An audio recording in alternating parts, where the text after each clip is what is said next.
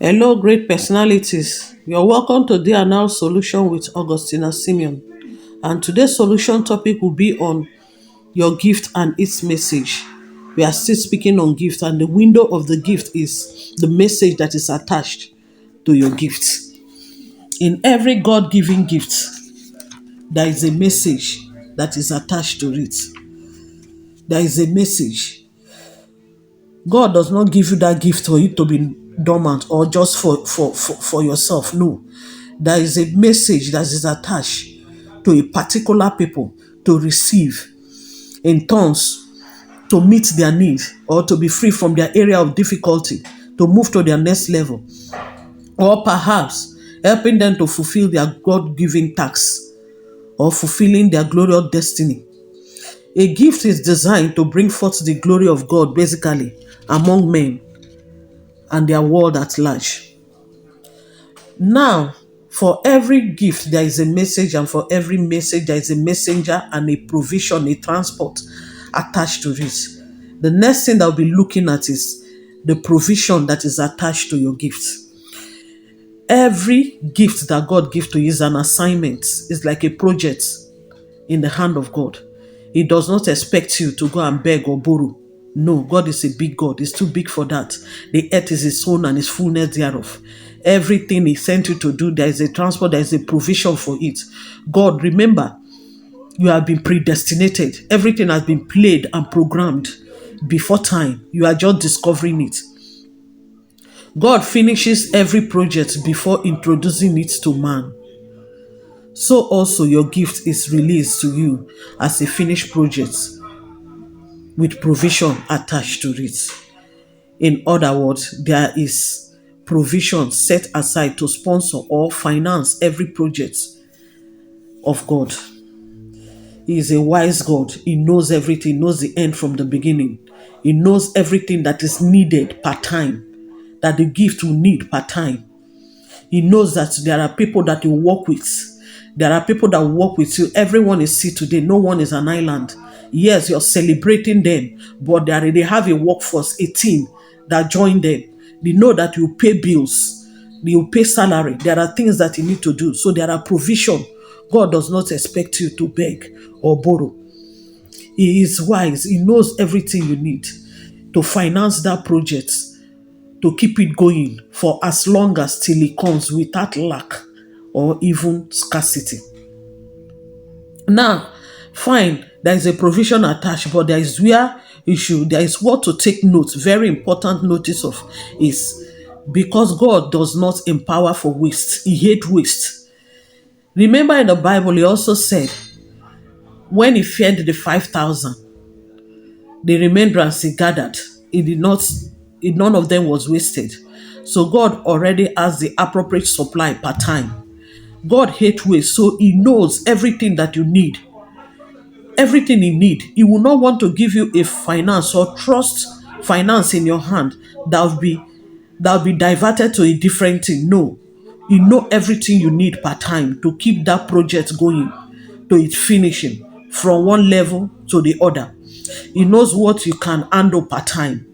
Not only, he also knows the kind of finance he can handle. He will not want to give you a finance that will deviate you from the original plan or move you away from him. He cannot lose you because of the money. There are some that he will touch some money, you will not see them again. They will leave whatever that money is for and divert it to something different, things that are not relevant. No, God does not want that. So he's a wise God. He will not give you above what you can handle.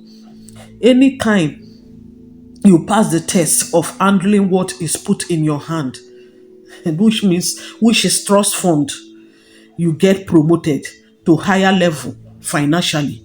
If you delay to remember, he said in his word, if you're faithful in little things, you also be faithful in great things. But if you're unfaithful in little things, even great things, you will never be unfaithful on them. He said, when you are not trustworthy on earthly wealth, who can entrust you with real riches? So there are real riches. This is the kingdom wealth we are talking about. That is what he released to finance his project. Remember, trust, does not just jump on a man. No, trust is hand, is built, is something that he built.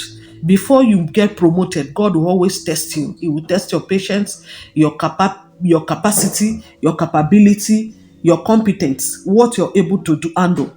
If he knows that you are not able to handle 1 billion, he will not put it in your hand. He will test you with 1 million. He will test you with 10 million. He will test you with 20 million. That is it. If you are able to handle 10, you will move to 20. If you're able, you will move to 100. That is how it is. You remember in the Bible, when he gave them talent, those that are not able to manage one, he even collected from them and added to those that was able to manage. That is how it goes, so that it will not waste and it will not lose you, so that he will not indirectly empowering his enemy. When what is put in your hand is not directed to what is meant to be used, which means, and diverted to different place, which means you are using it to empower the enemy of God. So another part you also take note of is God, though, because he does not hate waste. He does not love waste, and he does not empower his enemy.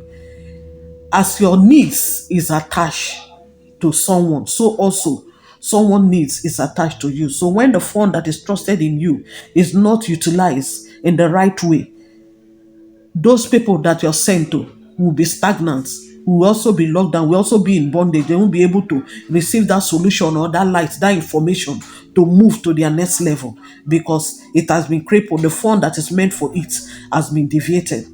Also, to take notes that there are three major components that is attached to every supply provision that is released in your hand, aside from reaching, aside from sponsoring the projects that God has called you for, which means your purpose or your gift. Aside from doing it, there are three major components, because God will always give you more than needed for your projects. So that remainder, that more than the remainder, the excess, there are components, there are things that you need to use them for. There is a provision for it. That is the component. Number one, it has a seed inside to sow. Number two, it has bread to eat, which means your personal need. Number three, it has excess, remainders unto good works, reaching out to the poor and the needy, kingdom projects, helping out for sponsoring foundations, paying bills, helping the poor and the needy, taking people out, diverse according to the way you have been destined or directed by God to channel those resources. So you can see that there is no place for waste.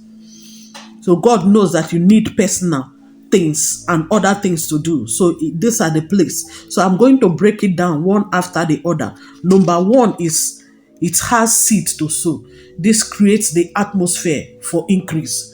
After financing the projects, the remaining one, there is seed to sow. This seed will help the bring increase into your hands. It also, these ways, if you increase into whatever is in your hand, it also preserve it and also bring blessing. And that's the only way to, and one of the some of the way to handle, to get the way of sowing the seed is through tithing, offering, and sacrifice, etc. Number two, it has bread for eating. This has to do basically your personal needs, your personal projects, investment, family needs, and loved ones, reaching out to your parents and other things. And the third one is this excess, the remainders. The third component is surplus. The remainders is meant for outreach materials. This has to do with kingdom projects, outreach materials, transportations, building and furnishing the sanctuary, reaching out to the ministers, to the poor and the needy in the houses of faith and around you, paying bills, hospital bills, reaching out to orphanages, partnering with foundations, reaching out to prisons, giving scholarship to the poor around you, and so on. There are so many. It depends on the area that God has placed in your heart, or you are able to reach out to. So you can see that there is no place for waste. You now know that God does not empower for waste. He's a wise God. Everything you need to invest for in order to meet, to cater for future needs, to cater for future needs, and so on. So also the next phase of this gifting that we are going to focus on, that will be in our next solution class, is about the difference between your gift and your purpose. Most times people often confuse both of them, thinking both of them are same, but they are not same. Your gift is different from your purpose. See you in the next solution class as to know more about it. So when we come across it, we'll be able to know how to handle it and go on. God bless you. See you.